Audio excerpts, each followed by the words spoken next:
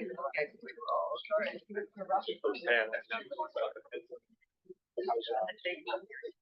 evening, everyone. Is this on? It's my great pleasure to welcome you here this evening.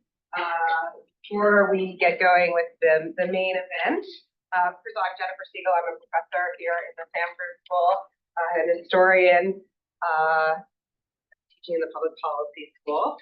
And I have been instructed that I need to start with the announcements of upcoming events from that will be happening in AGS. The first event is on Monday, 5th of February. There will be a conversation with Nick Kristof, a co-sponsored event with Frank Bruni, who's co-sponsoring this, which is in Page Auditorium. You do need to go onto the AGS website and reserve your ticket. Reserved seating, but it's free. Ticketed event, but it's free.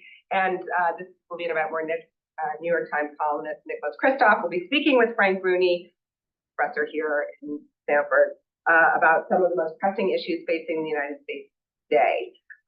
And then on Tuesday, the 13th of February, also a co-sponsored event. We are co-sponsoring this with the Center for Jewish Studies.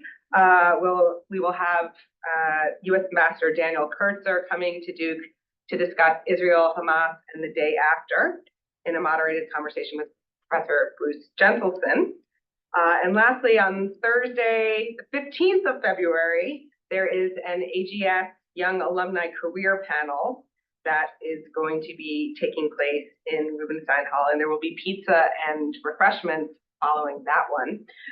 No pizza or refreshments following this talk, but but there's still a lot of things that are worthwhile about being here.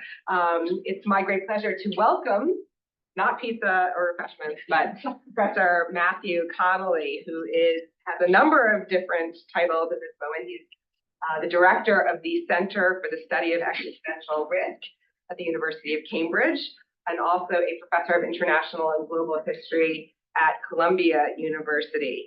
Matt, between 2016 and 2023, he was the co-director of Columbia's Social Science Research Center, the Institute for Social and Economic Research and Policy. He also previously directed the Hertog Global Strategy Initiative at Columbia, which is a research program on the history and future of planetary threats, including nuclear war, pandemics, and climate change. Always out in front of things, Matt.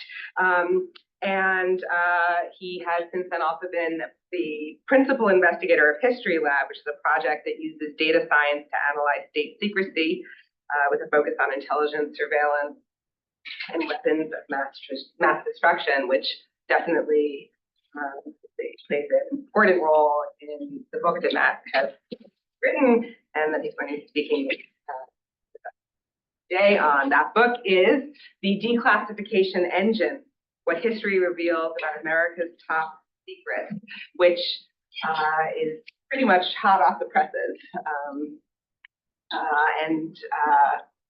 Very lucky to have Matt with us to share his insights on this. So please join me in welcoming Professor Matthew Connelly to Duke and to our American Grand Strategy program. Thank you for that. But I bet a lot of you are still thinking, yeah, but he's not pizza. I mean, that's all great, but pizza would have been better. All right, but I'll do my best. I realized as soon as we put up the slide that, I think I actually gave you a different title. But then I thought, no, maybe this is why people turned out, because I didn't have history in the title. The book is called The Declassification Engine, What History Tells Us About America's Top Secrets. But I'll be talking to you today, yes, about history, but again, we do need to look forward. And at the end of it, it's going to be, oh, do I need to turn the mic on? Oh, okay. How about that? Does that work? Oh, good. Okay, great. Yeah, so at the end, this is always a little bit scary, but I actually have some new technology that I can share with you. It's not a declassification engine, but it's the closest thing to it that we've developed so far. So it might be fun to test it out. So stick around, folks. Again, it's not pizza, but it could be interesting. So one last thing I'll say is I actually started out at a public policy school. I was at the Ford School at University of Michigan, and that was fantastic. It's a terrific place, but I was the only historian. So as small as I am, you can imagine, not a lot of critical mass, you know. So it was really exciting to be at a public policy school where clearly you value history and you've recruited these top flight historians like Jenny Siegel. And so well done, Sanford School. So it is great because I'd love to be able to show you today, you know, why it is like the history matters. And so I'll try to make that case using data. So to begin with, I'm going to talk about how we can, again, quantify. We're going to try to quantify this thing, what it is we don't know. You know, because, you know, those of you with a liberal arts education, you know, one of the most important things to know is what you don't know. So we're going to try to like wrap our heads around this thing I call the dark state.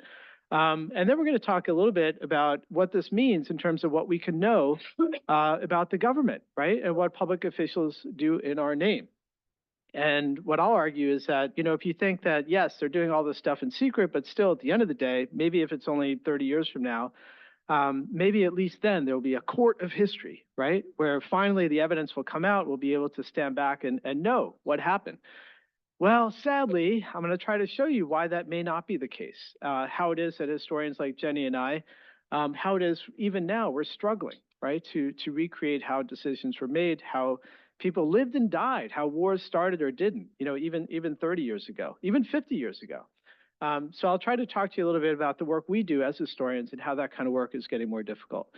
And then finally, I'll talk to you a bit about the work I've been doing with data scientists, trying to build tools that can help us know better what we don't know and maybe even discover some things that we wouldn't know otherwise.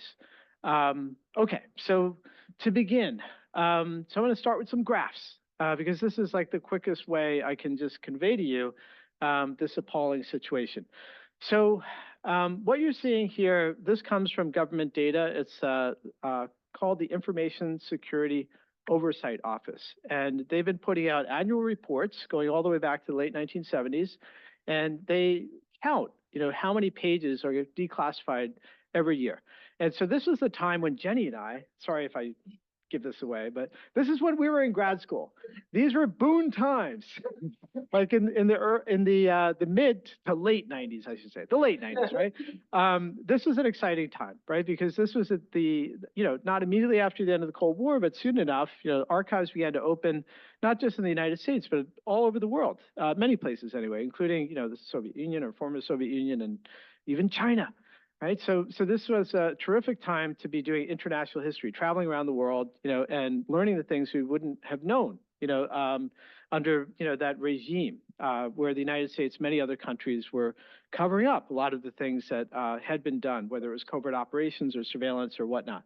And so these were exciting times, but then the party ended. And shortly after that peak period, when it was over 200 million pages of documents that were once classified were getting released every year, there was a precipitous decline.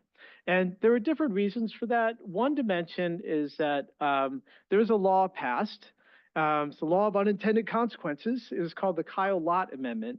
It had meant that every document that might possibly have anything related to weapons of mass destruction has to be reviewed page by page, you know, to determine whether it might help bad actors do bad things. And that in itself, as I'll show in a moment, had a crippling effect on this effort to try to produce a public record for the rest of us to learn about the actions of our government.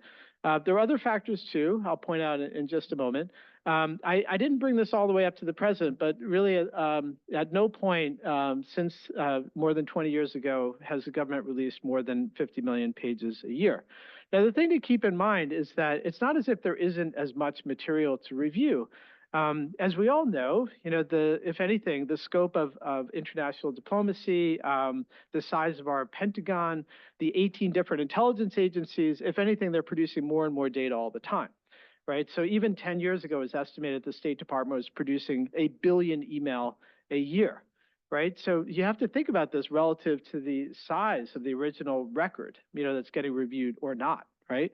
So just to take a few figures also from the Information Security Oversight Office, the last time they reported this, they reported that the Pentagon, when it reviews things for so-called automatic declassification, they withhold 75% of the records they review. So this is what they call automatic declassification. For the CIA, it's 90%. Okay, and these aren't the things that people, they file FOIAs, these journalists, try to find out what happened yesterday. No, actually, this is the so-called automatic declassification program, which only begins at least 25 years after the fact. All right, so this gives you some sense, of this thing I'm getting at, right? Like, how much could they be releasing? And it's deceptive, because this is produced by the same office, the Information Security Oversight Office, but it's self-reported data. And so they were trying to track, how many how many classification actions were taken each year. And so each department and agency that produces classified records would report how many times they estimated they classified something. And at its peak, as you could see, it was some 93 million times a year. This was in the 4th year of the Obama administration, which was, according to Obama, it was going to be the most transparent administration in history. That amounts to 3 times every second.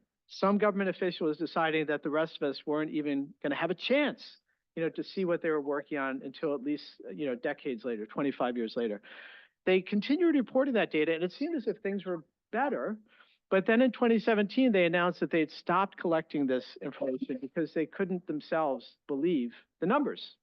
They said they didn't think their methods were actually capturing like how much classified information was being produced. The last report of the Information Security Oversight Office, the director, again said they were not able even to guesstimate, how many new secrets are being created each year. They tried, for the first time, they tried to do a survey of all the special access programs the U.S. government runs, and they said they were not able to do it. That the different departments and agencies would not produce that information. So they couldn't even estimate how many of these special access programs exist. And the director said, and I'm quoting, "We can no longer keep our heads above the tsunami." So that's how, the only part of our government that tries to track, the rise of what I'm calling the dark state, that's how they reported their inability even to get a sense of it, even to get, some numbers, some sense of the dimensions of this. Oops, let me go back. Okay, so this shows you how much the government is spending to keep all of those secrets. Again, the last figure we have is from 2017, because again, they can't even guesstimate how much money they're spending on creating all of these secrets. But as you can see at that point, this is 5 years ago, is already more than $18 billion a year. To give you a sense of perspective, I sometimes think of Harry Potter, like the Ministry of Magic. So imagine we have a Department of Secrets. The Department of Secrets would have a budget that would be bigger than the Treasury Department. So this is a large and growing part of our government, right? Now, obviously, it's not just in one place. Again, we have 18 different intelligence agencies. We have the State Department, Department of Energy, and so on. So this is a sprawling apparatus that's spread all across the federal government. Now, how much of that $18 billion goes towards allowing the rest of us, eventually anyway, to know what it is the government's doing in our name? Do you see that item there, declassification? It's white. And I made it white, even though it makes it a little hard to make out on the right, because I wanted to highlight how much of this $18.3 billion is going towards allowing the rest of us to know what all these secrets are about. And as you can see, this tiny little sliver, that tiny little sliver is what they budget for reviewing records and deciding what can be released. And you see, this was the peak. Back when they were reviewing and releasing over 200 million pages a year, they were spending a little bit more than 1%. And for many years ever since, it's been less than half of 1%. All right. So if you ever hear, a president or anyone else telling you, we've got to balance, right? We've got to strike the right balance between, the public's right to know, the importance of accountability and transparency on the one hand, and then on the other hand, we have to weigh that against the need to keep America safe, right? To protect us from bad people and the bad things they might do. Do you see any balance here? There is no balance, okay? There's absolutely no balance of any kind. So whenever you hear somebody talking about that, just try to remember this picture, because this is really a more accurate representation. And it reminds me of something that our president once said. Joe Biden once said, people might tell you what their priorities are, but if you really want to know what they care about, look at how they spend their money. All right, so this is how our government budgets its money and what it cares about. All right, so it's not just about the money. This is the Rube Goldberg process, whereby you ever remember, like from school, how a bill becomes a law? This is how a classified document finally comes to light, right? So it starts out, up here, and this was produced by the Public Interest Declassification Board. It's a tiny, powerless board that's meant to represent the rest of us. One of the more useful things they did was they actually created this flow chart just to show you how complex it can be. And it actually represents what's supposed to happen at the National Declassification Center. And this center was set up during the Obama administration to try to get through the vast and accumulating backlog of secrets, from 50, 75, and even 100 years ago. And it can show you like how convoluted this process is. Now look at just this one part of it. This all came about because of the Kyle Lott Amendment. So this whole process here is about determining, whether a record might have restricted data or formally restricted data. And that's a weird way in which they describe the records that might have something to do with the production of nuclear weapons, right? So the Department of Energy does a kind of quality check, quality control. And if they find they fail, then they have to review every single page from that class of records all over again.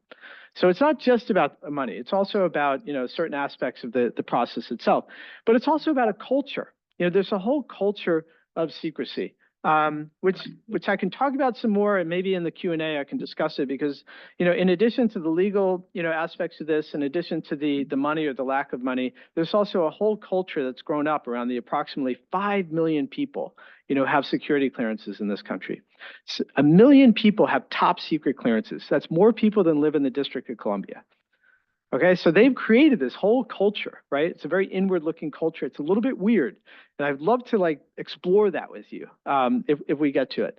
But now I want to transition and talk to you a little bit about how it is we can try to figure out what's been going on, this whole time, ever since the government started creating these secrets. And what you're looking at now is what you might think is the real danger. Because you may be thinking to yourself, okay, sure, they're keeping a lot of secrets, but maybe it's a little bit like Indiana Jones. You remember the warehouse scene, at the end of the first and still the best version of that story, right, where the Ark of the Covenant ends up in this government warehouse, and you think, all right, they must be keeping it somewhere, right? And eventually, it's going to come out, right? And we're going to learn about the Ark of the Covenant and UFOs and all the rest of it. And you may think that as long as we can preserve those records in a place where they're going to survive, right? Maybe it'll take decades, maybe even centuries, but eventually we'll find out. Then you would think that, okay, this is what we have to be worried about, right? As long as we can preserve these records. And this is like the biggest disaster, the history of the U.S. National Archives. It happened in 1973 in St. Louis, the Federal Records Center. And it started on the top floor. As you can see, this is a fire that began, that went on for days, because, when these file cabinets full of documents, like when they caught fire, and there are no fire doors, by the way, there are no sprinklers, there are no alarms. There's just this like aircraft carrier sized building that was stuffed with paper. And so when that fire started, that fuel would begin, the file cabinets would literally melt, and spill out more fuel. And this is why it took days and days before they could finally put it out. And this is the reason why even now it can be hard to determine whether and when somebody served in the U.S. military.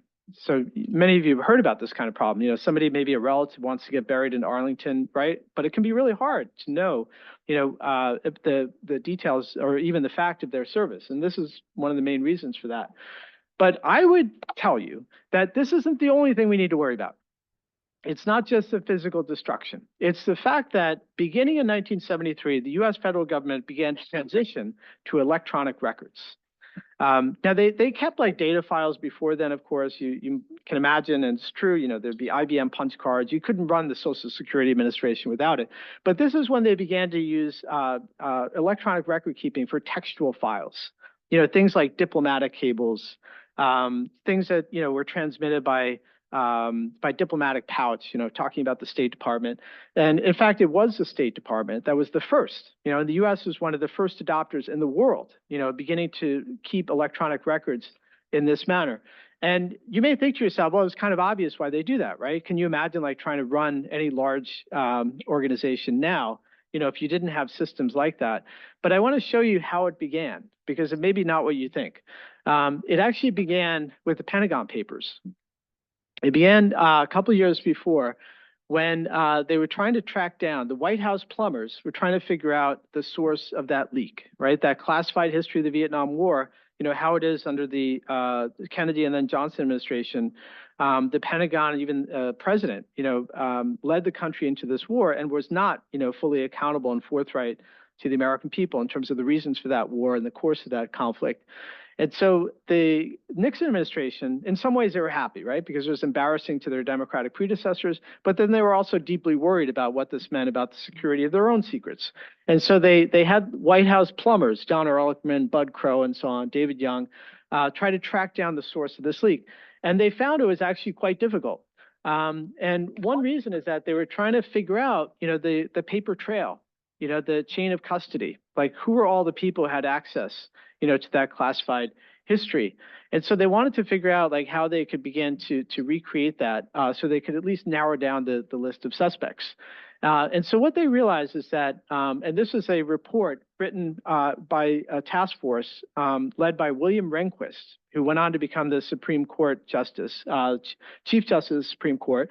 He chaired a task force where they decided that one of the things they needed to do was to begin using electronic records, because they realized that this was a new technology that was going to allow them to index, what we would call metadata, right? To figure out like who had access to different documents and when, and they could begin quickly to sift and sort through this to narrow down the list of suspects in any future leaks. So the beginning of this electronic record system was very much rooted in this effort to try to keep secrets. Now, this is like an early experiment, like an aerogram delivered by diplomatic pouch. You see the, over on the left-hand side, this is the distribution list showing which parts of the State Department would get copies and how many. So this was the kind of metadata that they wanted to capture in this system, so they could begin, rapidly, after creating data files, rapidly determining, who might have been the source of a particular leak. So this was the dream. This was going to be the technological solution, for figuring out who leaked information. And many people think that this kind of technology, which is, again, 1973, but it has matured in the last 50 years. And it's one of the reasons they think why there have been an unprecedented number of prosecutions in recent years, because they think that this is one way in which nowadays, I mean, obviously more modern approaches to this, but this is the way they've been able to identify some of the leakers in more recent years. Now, one of the ironies, though, is that one of the most notorious leaks of all, Chelsea Manning and the 250,000 diplomatic cables, she was able, or they rather, were able to get all those records because they were kept in electronic files. So it's an irony, right? The effort to try to secure that information, the Central Foreign Policy files, which is where this all began, that then became the source of these WikiLeaks, right? These massive, leaks that now have completely transformed, the whole environment, right? And the whole concern and sense of the security of these records more generally. But it also had really important implications for historians. And in fact, for everybody who wants to know, like, what was happening in 1973 and ever since, like, what else was it that we might have learned, about what happened in the Iraq War and the run up to it and so on. And again, you may think, like, eventually they're keeping these files and eventually we'll be able to look through them. And maybe it'll even be better, right? Because now we can sift and sort through them. We can keyword search and all the rest of it. But here's the problem.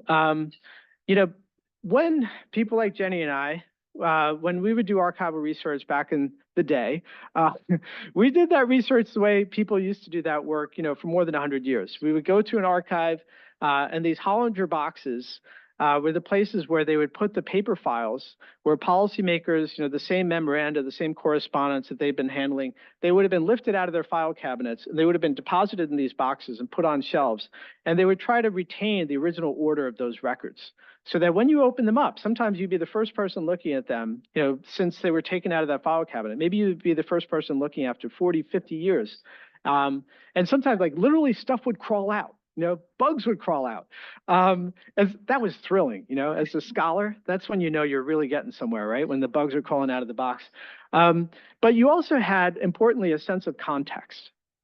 You had a sense of what the world would have looked like for the people who were working with those documents, right? Because this is what they did too, right? When they wanted to refresh their memory, or they wanted to do some work on a particular topic, they would pull out those files, they'd read the correspondence. That whole world is passing away, right? Because of this new era of electronic records. And the fact that, very few of us now are producing these kind of paper documents and keeping them in file folders. And that has profound implications, for how we do our work. So let me just, for a few minutes anyway, let me walk you through this and what it actually meant. So one of the first things that happened is that they decided, that they were going to destroy a lot of these paper files. So this is how it begins. This is, again, from 1973. Under the Federal Records Act, when a department or agency decides that they want to destroy some records and preserve others, they need to get the permission from the National Archives. And so they create these requests of authority to dispose of records, and legally anyway, leave aside some notorious recent cases, right?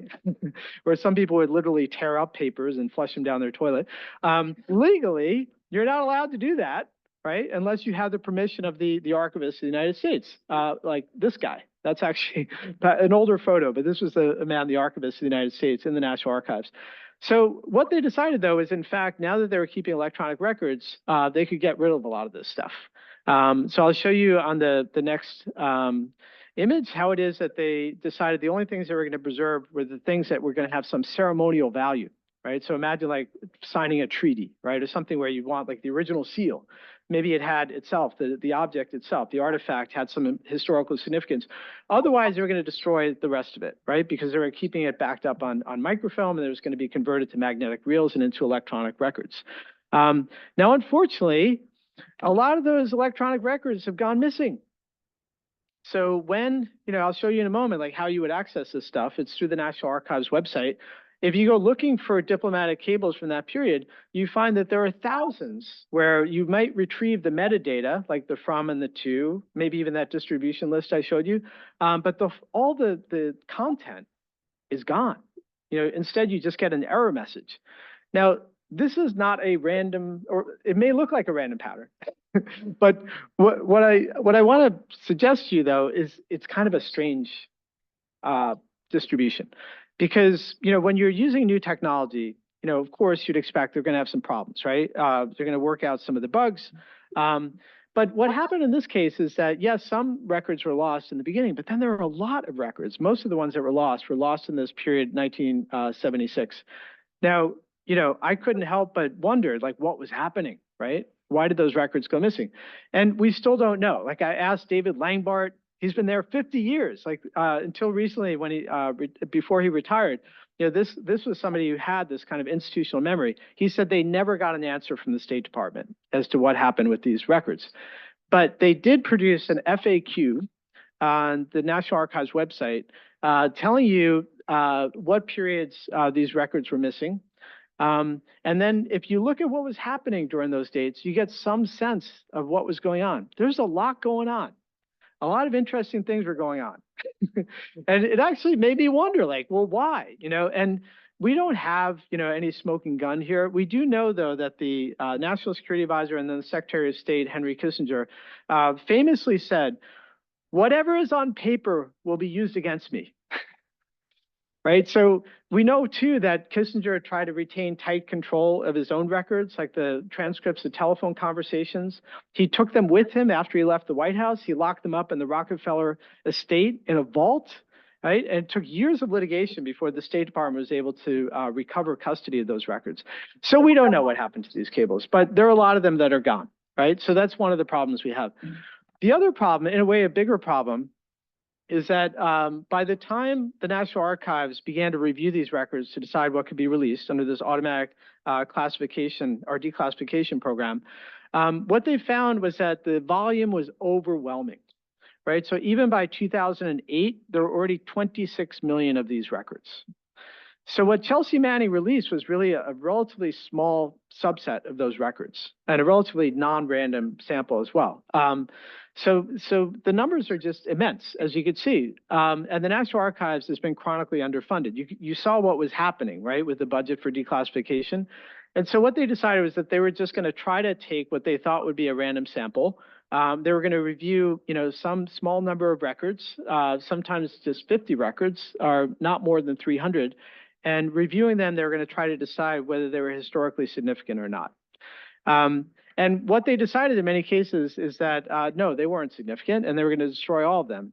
But worse than that, they decided that they formed that conclusion before they even finished reading their sample.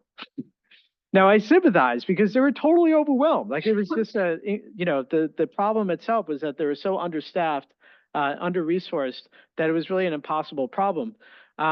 But it was even worse when they decided to use this method where they didn't actually get a random sample. They looked at like every nth record, like not thinking about like how there'd be weekends, and things like that. And also, it's a little bit like, imagine you did a survey, you said, I'm going to, call up 1,500, American households and figure out how they might vote in the next election. And then you say, I called 500. I kind of know what the rest of them are going to say. So that was the other problem here. But what it meant was that they ended up deleting a lot of these records. And so large parts of the historical record, American diplomacy, for example, everything to do, if you're a sports fan, everything to do with international sport was deleted, not historically important. Everything to do with international scientific cooperation, everything to do with international educational exchanges, all that was deleted. All of the passport and visa files were deleted. Now, I grant you, reading a random passport or visa file is probably not fascinating. Like the vast majority of them would have seemed very routine. And it is like kind of a principle in archiving that, for more than 100 years, they've established that what they really want are the records of the top policymakers. That's what they want to preserve, not the case files of individuals. But, just think like what we might have done with 5 million records, about passports and visas in and out of the United States. We could have created an account of American, migration in and out of this country that, would have been, I think, astonishing, right? But that kind of history is not available anymore.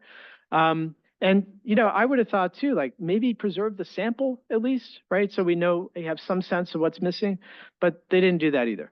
So we're living now in this period of transition where we go from the era of paper files to this era of digital and now born digital records, but we haven't changed the methods by which we preserve a historical record. And that has real consequences. Okay, so if you wanted to do research, remember that the friendly archivist with the Hollinger boxes, where you can imagine yourself, planting yourself in one of those tables in that beautiful reading room on the mall in Washington. Well, that's not how you would work in these records. This is what you do. You go to the National Archives website, and you have to pick. You can plug in some words, and you start retrieving records. You get 1,000 at a time, and if you don't like the ones you have, you can try other words. But the research we have to date on how effective people can be in this kind of keyword searching shows that people think that they're getting all the relevant records, at least when you keep trying over and over and over again, and you're finding stuff, right? So it looks interesting, it's all relevant, or eventually anyway, you find some relevant stuff. In fact, when you do like a controlled experiment and you figure out beforehand which are the relevant records, people only get about 20% of the records that are actually relevant to the things we're looking for. So this kind of keyword searching is an incredibly flawed process because in effect, what you're talking about, it's like that giant warehouse from Indiana Jones, except the lights are out and all you have is a flashlight. So imagine, in effect, you're kind of stumbling around, like looking for stuff. And every now and then you see something that looks interesting, but you don't know what else is there. Now, not only that, but you don't know how much more is still classified. Right? How much more has not been released? So this is why, people like me, we think maybe historians are going to have to begin working differently. Maybe we're going to have to build some tools that are going to allow us, to explore the past in new ways. Now, one last thought, this is one of these NSA data centers, the biggest one. And I visited the NSA some years ago. And then anyway, I still had that idea. Well, at least like somebody's preserving some record here, right? Like maybe the NSA at least is preserving like what they intercepted on Angela Merkel's cell phone. Like they probably have this incredible archive of world history. Like if only they would retain it. So I asked them that. They didn't know what I was talking about. They thought it was a really weird question. And then eventually they understood what I was saying. And they said, oh, no, no, no, no, no. As soon as we don't have a use for data, we get rid of it as quick as we can. And this is true also in the private sector. So if you talk to people like at Google and Meta and so on, and you ask them like, well, you're creating this incredible archive, whether you realize it or not. Have you thought of like preserving some part of it, right? So that if not like in the next 10 or 50 or even 100 years, like eventually, maybe we'll have future historians could have some access to that. And it's the same answer. No, that is a business liability. So they want to get rid of that data as soon as they don't have a business use for it. Okay, so that's why, people have begun to think, that maybe, we may think that we're just awash in information. But if you imagine, like in the future, looking back, it could be, some say, that this is going to be seen as a kind of digital dark age, right? And ask yourself, like, what's your oldest email? Anybody's over 30 anyway. Like if you're under 30, maybe you still have all your email, but I'm not. And I know I don't have all my email. And I like to keep all my email. I'm weird that way. As an historian, I hate throwing stuff out. But I know that I can't, find the email. I can't recreate that email I have even from 15, 20 years ago. And so just think, what does that mean? Like a lot of nowadays, you find out somebody's personal papers, maybe they kept them in their archive. They found, for example, a whole suitcase of correspondence between Franklin Delano Roosevelt and his paramour. It was under her bed. I'm blanking on her name, but it was actually amazing when it finally came to light when she passed away. There's this whole part of his life that people didn't know about previously. And we continue discovering things like that as long as we can find the records, right? But that world is, again, going away. And it's being replaced by something like this. All right, so what are we going to do about it? I had this idea. Imagine like we could, use data science the way that a lot of lawyers are already doing. Like there's a whole field of e-discovery. This is a multi-billion-dollar industry. Long ago, they realized that they were overwhelmed with the amount of information they were faced with, during the discovery process and large litigation. They too are dealing with like just a volume of information that was impossible for any, even a large team of people to deal with. And so I realized like possibly there could be applications for this kind of approach, in historical research. So I thought, imagine, you could use data science tools to begin to figure out what's missing. And Columbia Magazine did a story a few years ago, and they put this on their cover, and I loved it. I was like, yeah, that's what we need. But we don't have that right now. I'll show you what we do have in a minute. But it wasn't just me, actually. Remember I mentioned the Public Interest Declassification Board? So almost 10 years ago, this is a group appointed by Congress and the White House to represent all of us. Even 10 years ago, when they looked at like those flow charts and how impossible it was, even for 25-year-old records to get released, they said that this process was outmoded. It was impossible to deal with the sheer volume of information that the rest of us have a legal right to see, that this page-by-page declassification practice is completely unsustainable. Now, it's not just because in a democracy, we want to hold our leaders to account. It's also because, when everything is secret, nothing is secret. Right? Remember, like with Chelsea Manning, that sometimes the more you try to conceal, that much information, the more vulnerable it becomes to get leaked. And sometimes, they review stuff and declassify it. Records that probably should never, they probably should never have been produced, and maybe they should never be released. This is an example. This is a CIA assassination manual. From Operation PB Success, which I'll talk about in a moment. This is the overthrow of the government in Guatemala, 1954. So part of what the CIA was training our allies to do was to assassinate people. And so this is how you could take out a whole room full of people with just 3 gunmen, right? So this is the kind of stuff that they end up releasing to the public. And there's lots more like it, like how to build explosives as garden variety materials or sniper manuals. All kinds of stuff ends up getting declassified, which probably shouldn't. So it's not just about like accountability, as important as that is. It's also a national security question. So this is what the PIDB recommended. They said that 10 years ago, that we needed to begin running experiments. We need to begin seeing whether we can use data science techniques to do this more efficiently. Now, 10 years went by. And, to my knowledge, the only such research that was conducted was by the CIA.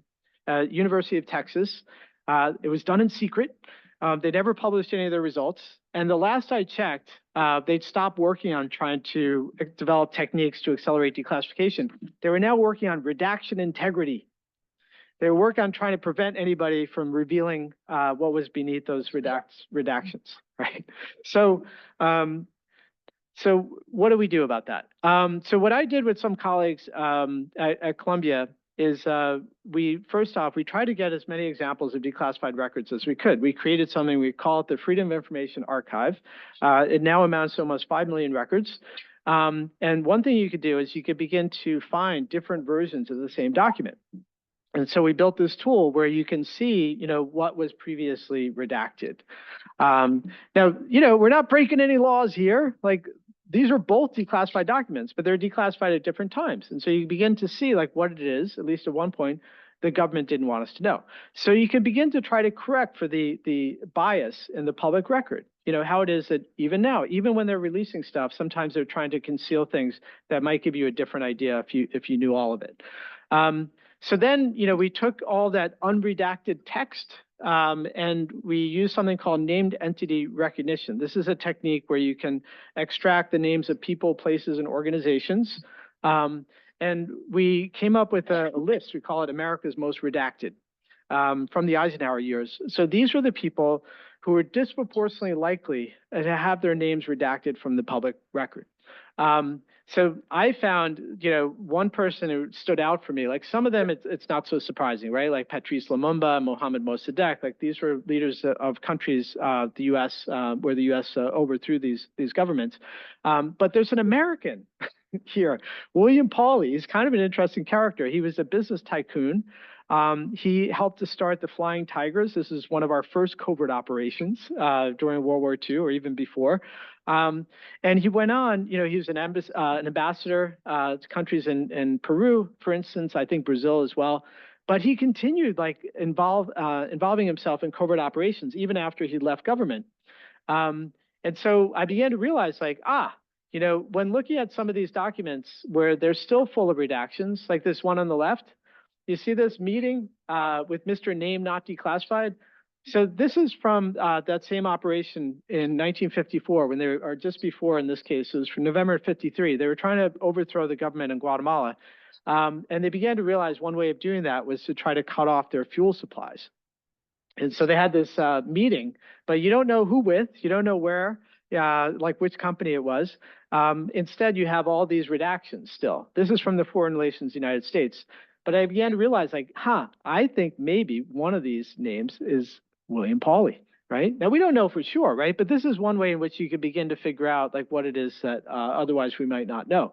Pauley, not only, was he instrumental in orchestrating this effort by oil companies to stop all supplies of fuel to Guatemala, he also was responsible for purchasing the planes that were used to bomb these fuel supplies that remained in Guatemala City. He actually, one day when it was going to take too long to make it happen with taxpayer money, he brought a briefcase of cash to the Pentagon.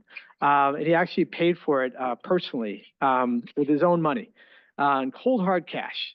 All right, so this is the sort of stuff you begin to get some insight into it. Again, like history, right? But using data science to do it. So this is another project we did. We used something called topic modeling. Topic modeling allows you to cluster documents that have similar language. And what we did, these are just the first 3 words. And you have to imagine there's 117,000 records. And all of the words in those records can be rank ordered in terms of how frequently they appear in the same context. And so we're just showing you the first 3 words here. But the ones on the left, when you actually read the records, and the records are rank ordered in terms of how closely they represent, how much they represent each of these individual topics. When you read them, a lot of these are about the kinds of things I was just showing you. They're about covert operations, a lot of times discussions with international oil companies and so on. And then over here, we have things like foreign aid, million assistance. This is about international aid and trade. Now, the blue bars represent the percentage of redactions. And so what this shows you is that you could use this technique and it scales really well. You could look at 100,000 records or 1 million records or 10 million records, and it very efficiently will cluster them, and it can quickly give you a sense of which records are the ones you should probably review most closely, so you're not releasing assassination training manuals, and you are releasing, on the other hand, things that are likely to be completely innocuous, but would still give us some, record of international economic diplomacy. Okay, so there's another project. It wasn't ours. It was Hannah Wallach, who's a data scientist at Microsoft Research. She used a similar technique, topic modeling, and a different collection of documents, declassified documents online, and she used topic modeling to then calculate which topics tend to take the longest before they are released to the public. And so among these topics, there was one cluster of thousands of records that are about nuclear weapons, and there was another topic that was about UFOs. Now I'm curious, like, what do you think? Which one do you think takes longer to get released by the US government? Are they records about nuclear weapons, or are they records about UFOs?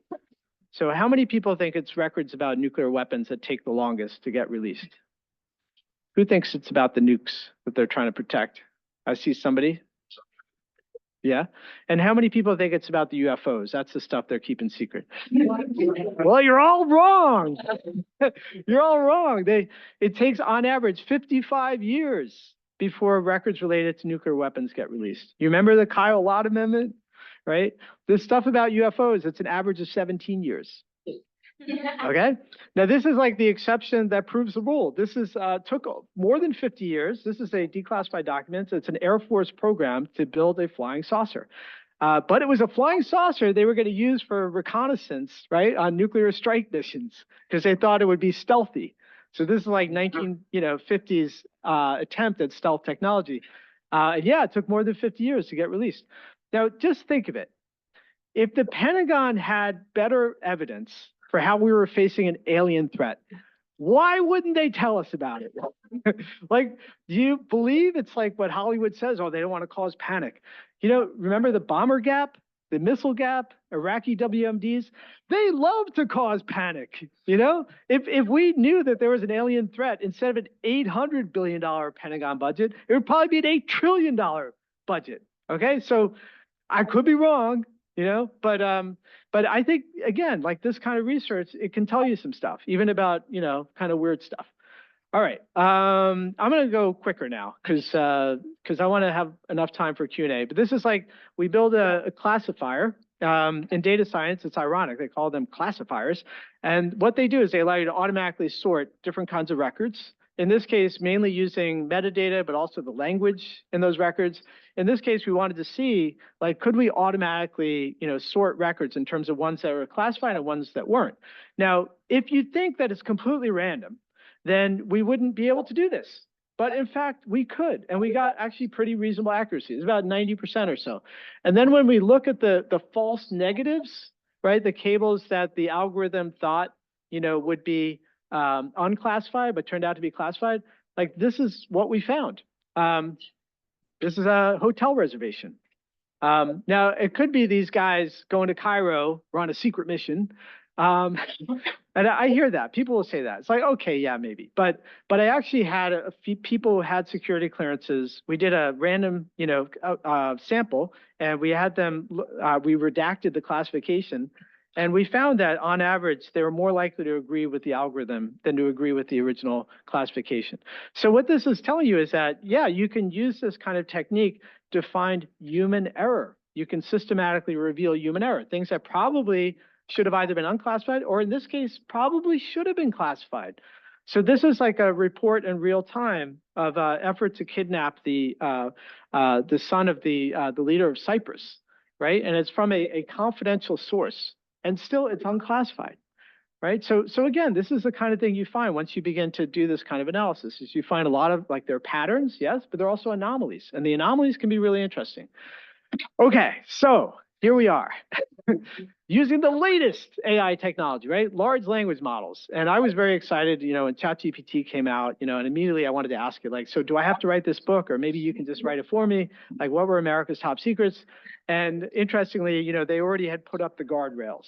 There's been a lot of speculation, about whether these guardrails are going to work, because in fact, there's a lot of like potentially dangerous information that was in that giant web crawl and all those Reddit posts and all the rest of it. And if you could put it together, like maybe you could reveal some things that could get people killed. So I'm actually working with colleagues. We have an NSF grant to do this kind of red teaming exercise. We're building our own system, to see whether we can find stuff that maybe shouldn't be out there. And so this is, more or less how it's going to work. I could like kind of walk you through it.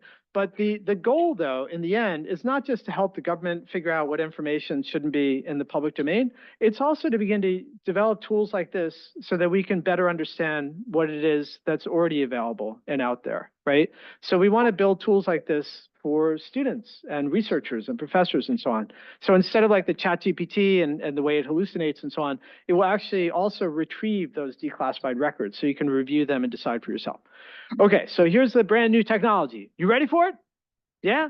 Okay, so we have this prototype system, and it's, I call it Chat 1073, because to begin with, we just took all the declassified documents we had from October 1973.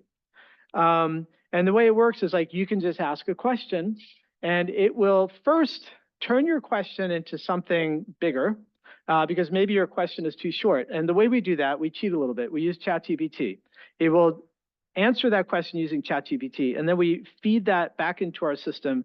And that text is what we use to retrieve these declassified records and then summarize them to try to answer the question. So we can go live. I could ask any of you if you have a question you want to put to this, but it has to be about October 73. So it's a small grant. We're growing the database, but it presents real engineering challenges. Like the more data we use, like we want to scale it up to like 5 million records, but even now it takes about a minute. If we have 5 million records, maybe it would take like an hour. So we're still like figuring out like how we make the system work more quickly. As long as we're still using this kind of mediator ChatGPT, that in itself is going to kind of slow it down a bit. But I'd be delighted if anybody wants to try this out. Maybe we could start the Q&A, and if anybody wants to try some questions or think of some, I'm happy to see if it works. It might not, whenever you do a live demo, most of the time it doesn't work, especially when you're playing up like technology, how exciting it is. That's when the PowerPoint is not going to load, right? I mean, it's exactly when you're trying to sell the tech is when the tech doesn't work. But I'd be happy to try some other queries if anyone's interested. So thank you. Yeah.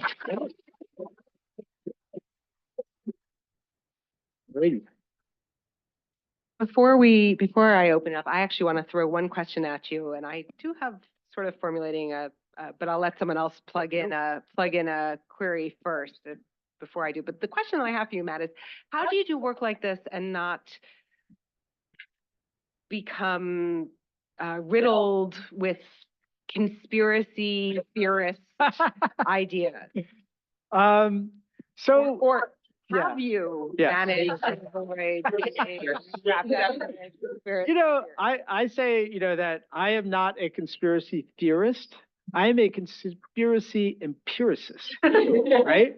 We know that there are conspiracies, right? Like look at what happened at the, January 6th, right? We think that there were probably at least 10 or 12 conspiracies, right, to thwart Biden's becoming president, right? So we know that people conspire in secret to do illegal things. It happens, people, so we need to kind of understand that, and we need to do all we can to try to bring those facts to light. But, this also shows you the banality of secrecy. So I have a chapter in the book. This is probably not going to make you want to buy it, but there's a chapter called "There's No There There."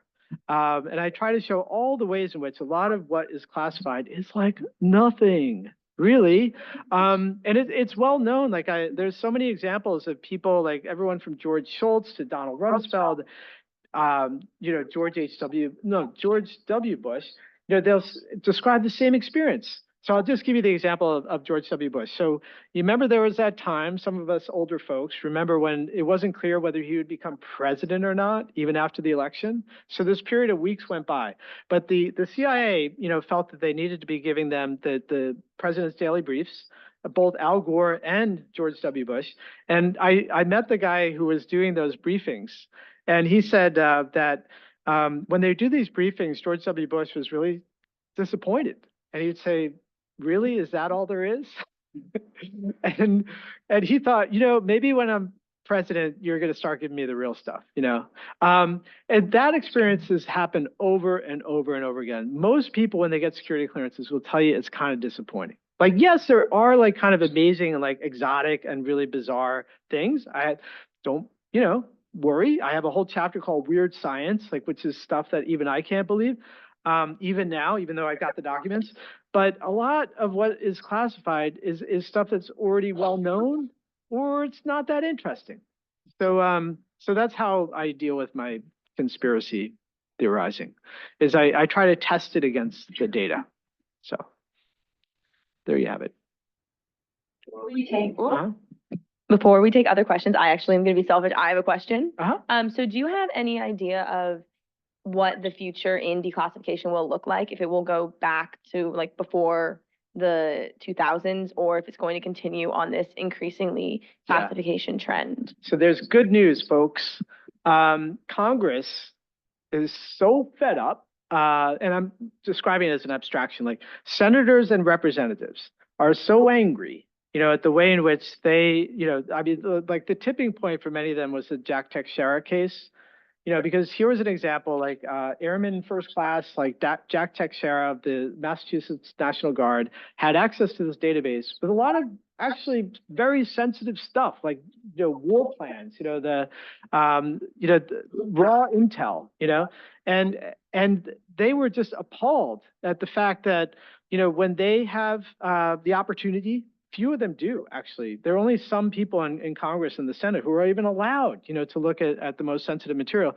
They have to do it in a SCIF. They're not allowed, to take any devices inside. I don't know if they can take notes. I mean, I think maybe they can, but it's incredibly, constrained.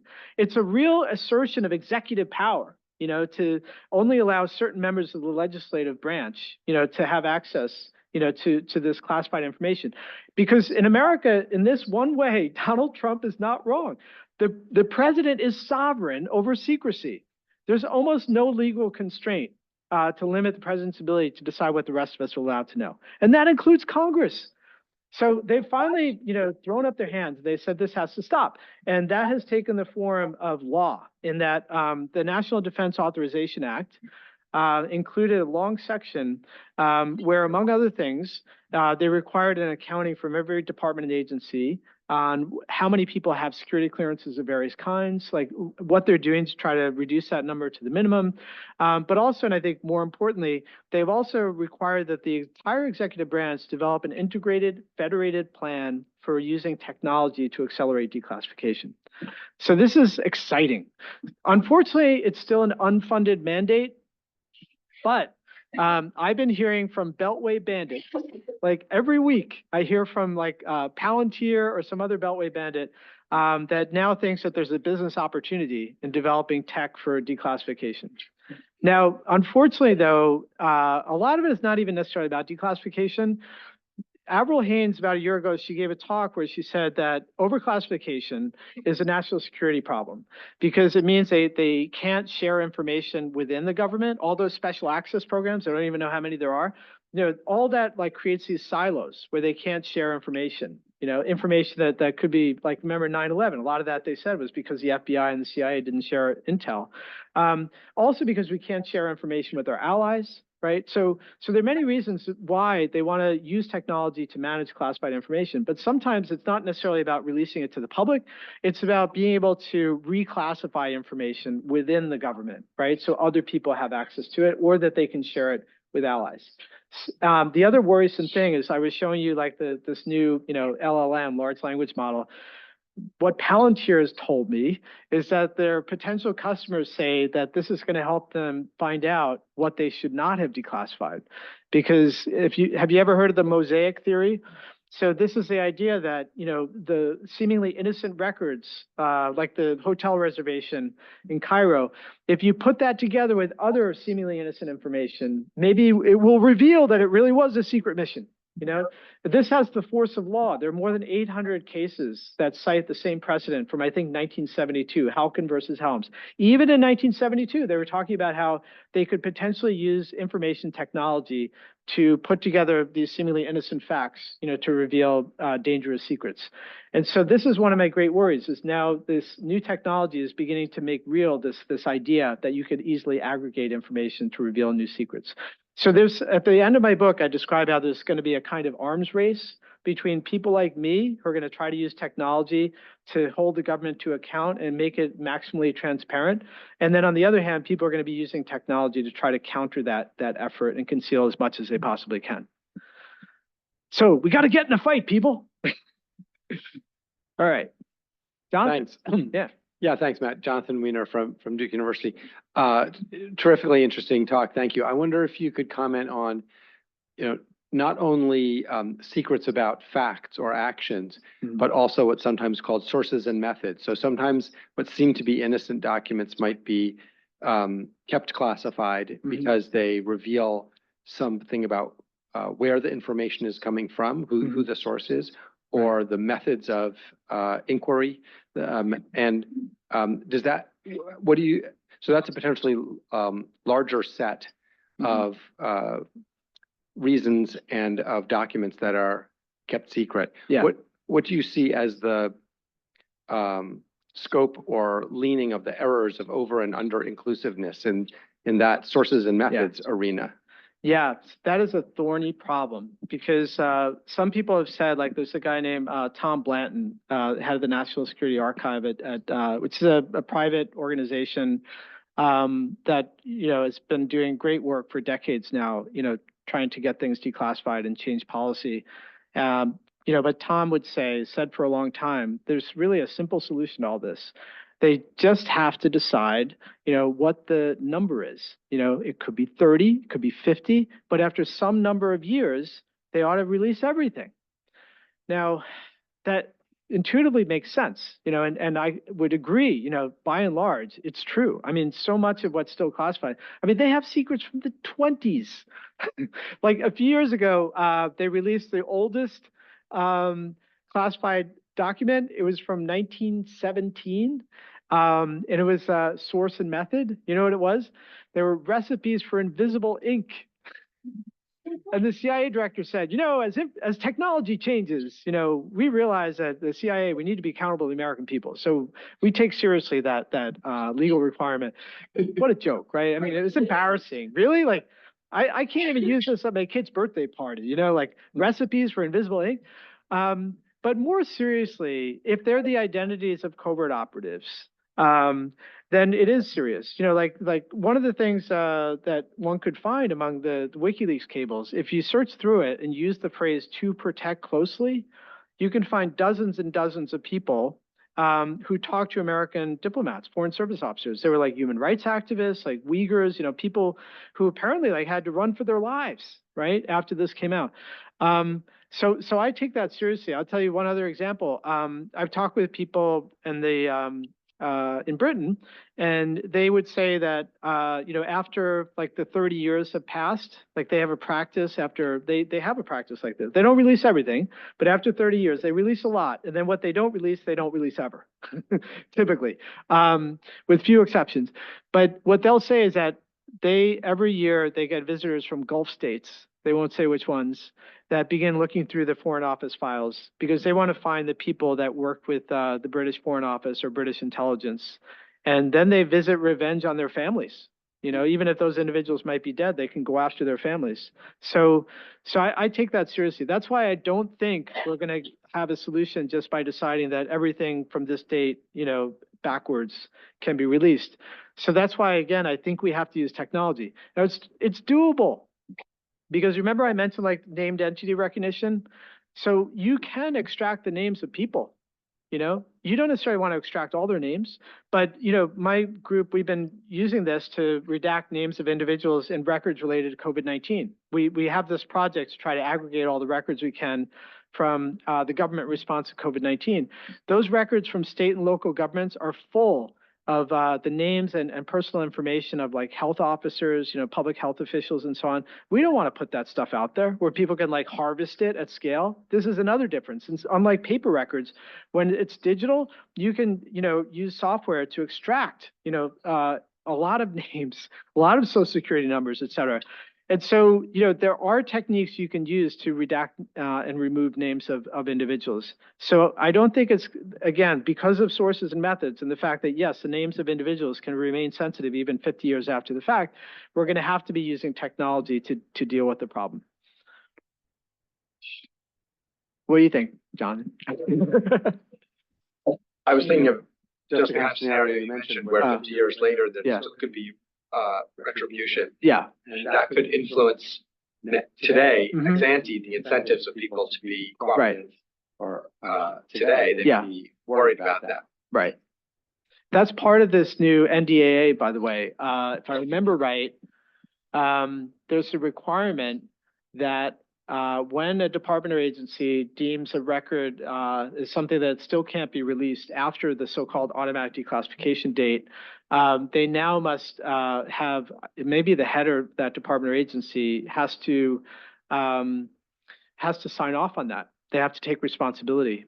And I remember I talked with people on the SISI, the Senate Select Committee on Intelligence, and we talked about like, is that practical or not?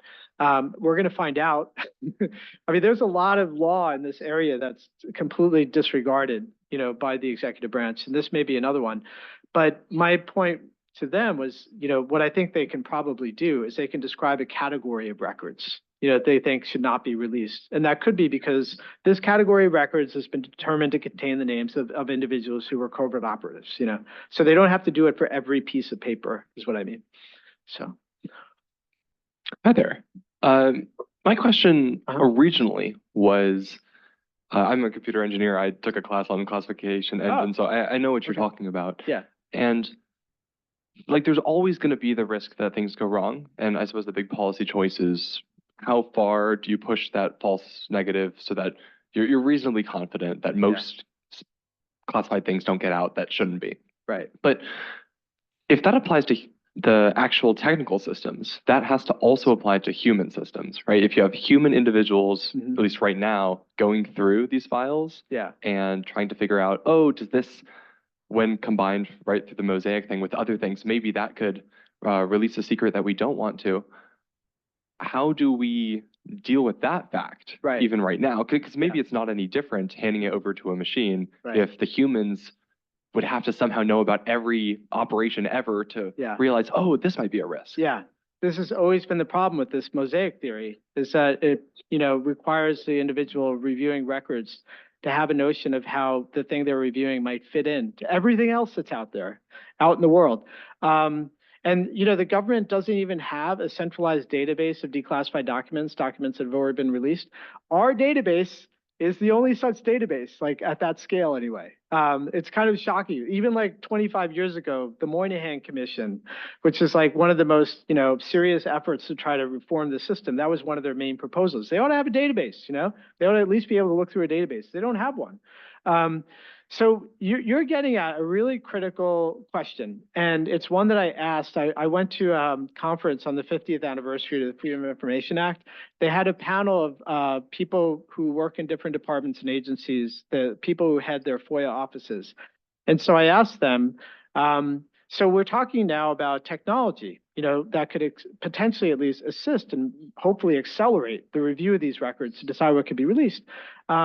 But, you know, in order to know whether that technology is acceptable or not, we need to have some baseline to compare it to. So I said, have you done like studies to find what we would call the intercoder reliability rate, you know, among the people reviewing these records, deciding what could be released? And you know what the answer was? It took a while, because at first they didn't even understand what I was asking them.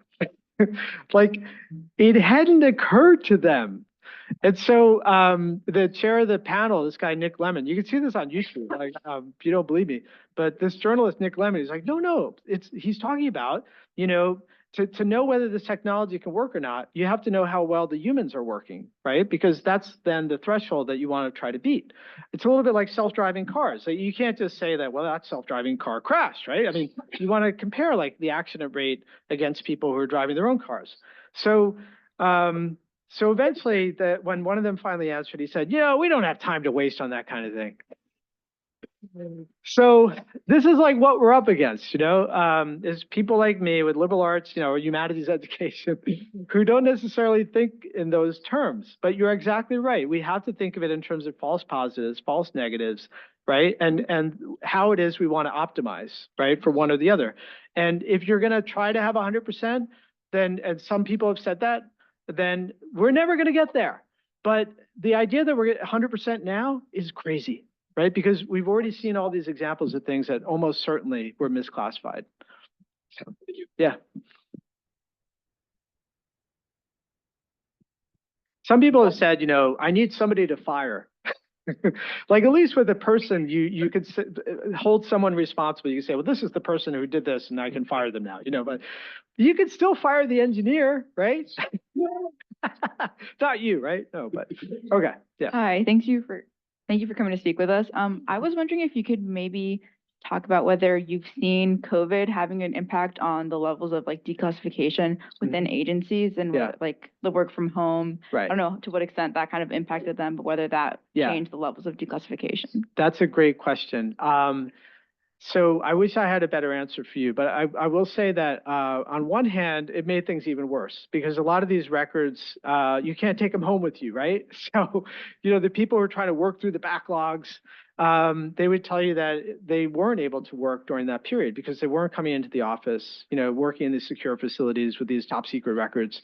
But then on the other hand, apparently they did adapt certain practices in ways that made it seem possible to make some changes. But I don't know exactly what that was, to be honest. Like I saw this referred to, I think it was Avril Haines' talk. She talked about how, and maybe also one of these information security oversight offices, they were talking about how during COVID, they had to do some things differently. And that actually suggested there might be ways of doing it better.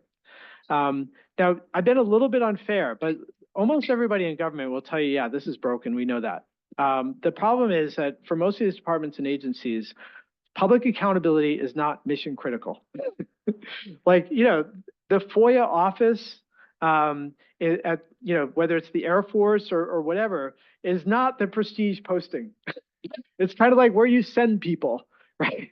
And most people, when they end up with those jobs, are not necessarily happy to have them. I mean, one reason is they have all these crazies asking them about UFOs and the JFK and all the rest of it all the time. So it's a challenging job, right? But they're also incredibly and again, like the people working in departments and agencies, whether it's the FBI or the NSA or whatever, they're not thinking like, yeah, job one is like making sure we're accountable to the American people. It is an afterthought at best. So I would love to see like innovation and like kind of learning what we could from that experience to see what we could do better. I'm not really seeing it, but like I remain hopeful. And we have one more question from the back. Yeah. Hi, I'm Robert. I'm a high school senior, and I actually wrote about your data history lab in my Why Columbia essay. You're in. which is what brought me here. So I have two questions. And you said like if the public actors pursuing this declassification machine are kind of underfunded, understaffed, what do you think is the potential for maybe having public-private partnerships in creating this innovation, and is this happening? Yeah. And then the second question I have is there like an international effort to create this data declassification machine? Because I know like countries like China, there are hackers that are trying to declassify CCP official documents. Do you see like an international movement for this? Yeah. Oh, those are really good questions. There are public-private partnerships. They take the form of SBIRs. That is another government abbreviation. I can't quite, it's small business, like innovation. Yeah, SBIR. Right, exactly, yeah. And now there are a number, maybe you've got one, yeah? If I remember right, any department or agency that has an R&D budget of more than $1 billion, which is a lot actually, they can put out a notice where they will fund projects to develop technology they think would be useful in government. And lately, again, amazingly, a number of them, like the Missile Defense Agency, the Air Force, like they're actually putting out notices of these SBIR opportunities. And that's why I've been hearing from these, I'm being a little unfair calling them Beltway bandits. These, some of my friends, some of these, they're good people, and this is what we need. Like 10 years ago when I started out, very idealistic, I thought, like we academics, we really need to do this work. It's important. But what's the point? Like at the end of the day, what we need to do is like, we need to build products. We have to build software and systems that will work at scale. We can't do that like at History Lab. But if we have partners, we might. And so I've been talking with these folks, and it turns out like this data that we've been gathering for the last 8 years or so turns out to be kind of valuable.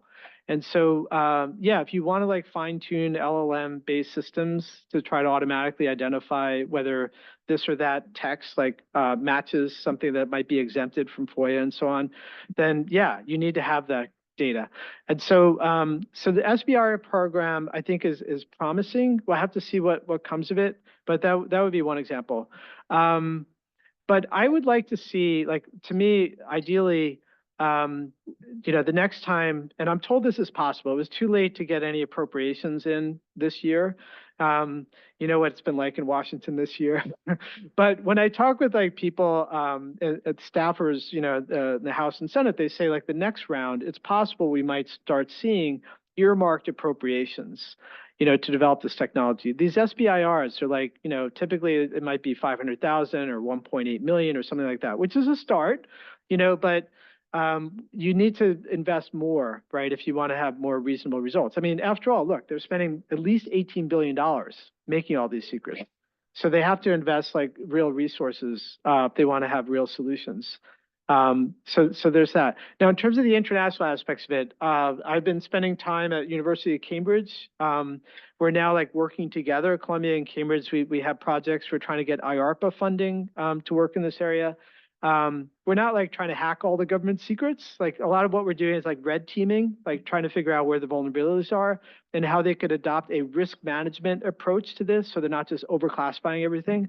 Now, in terms of like hacking efforts, so, hackers are going to hack, right? But I'm not necessarily a fan of hacking because, again, like when you have these wholesale leaks, a lot of people can get hurt. And it's not great, when somebody says I'm a whistleblower and I'm putting out like hundreds of thousands of records. I don't really know what's in them, but I bet some of it's bad. Like that's not really, as a society, like how we should try to manage information that really is at least potentially dangerous. Like that is like, I don't think, not only is it not a solution, I think if anything, it has made people in government even more, kind of conservative and cautious about all this.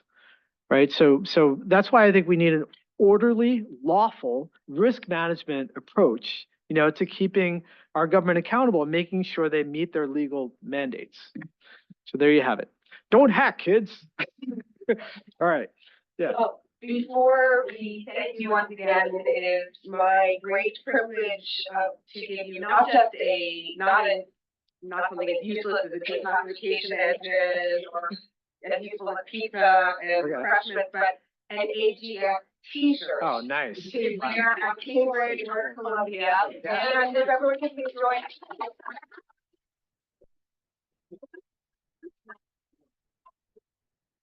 Does this make me look thinner, you think? It's kind of big. I think it does. All right, great. Thanks, everyone. All right. Thank you all.